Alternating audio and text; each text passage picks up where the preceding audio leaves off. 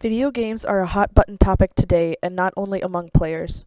Multiple disciplines such as education, psychology, and even instances of the hard sciences are studying or using games in their research. Video games are now considered to be cultural items. As such, there are emerging efforts to preserve them in an archival fashion. This poses many interesting challenges, but none so important as context.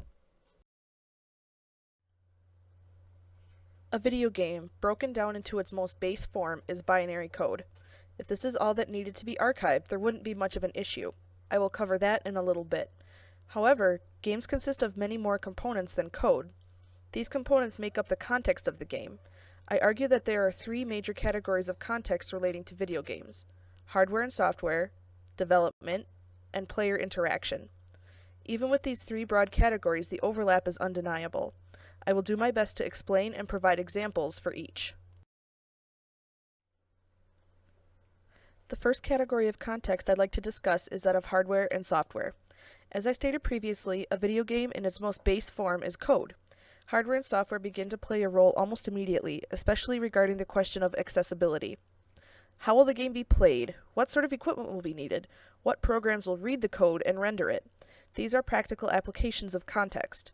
There are more subtle ones as well, namely that of intended use. Is the game true to the original creation? I stated earlier that code can be easy to deal with. It's just a matter of migrating it from one form to another, called emulation. However, the original context of a game is lost. Part of the challenge of classic games was battling with a cartridge and distinctly non-sensitive controls. Updated versions erase these original features in favor of a more streamlined experience. Emulation solves the problems of games disappearing entirely, but at the cost of experiencing the original. As Megan Wingett, a pioneering video game scholar, states, games are complex socio-technological objects that depend on user interaction to obtain meaning. Meaning changes substantially when the medium on which the game is playing changes. Practical considerations come into play as well. Hardware is difficult to maintain over time. Emulators are possibly the only answer to this conundrum. A video game does not come fully formed onto a store shelf. It is representative of thousands of hours of work behind the scenes. This development process can be further split into two categories, commercial and artistic. One cannot exist without the other. Commercial aspects of development may include funding, advertising, and other business-type ventures. Artistic aspects include art direction, storyline, character development, and much more. As O'Toole and Cox state, it is important to develop structural understanding of these phenomena, looking on them not as random productions of human interest, but rather the result of deliberate, often complicated, processes that must be reconstructed and understood. Ultimately, companies are going to try to make money off of the games their studio creates. The studios, while bound by commercial demands, see the game as an art form, as a means of expression and storytelling. The documentation surrounding these aspects shows that. In this case, documentation may be emails, artwork, and meeting agendas. These resources are valuable for a multitude of future researchers, including game companies themselves.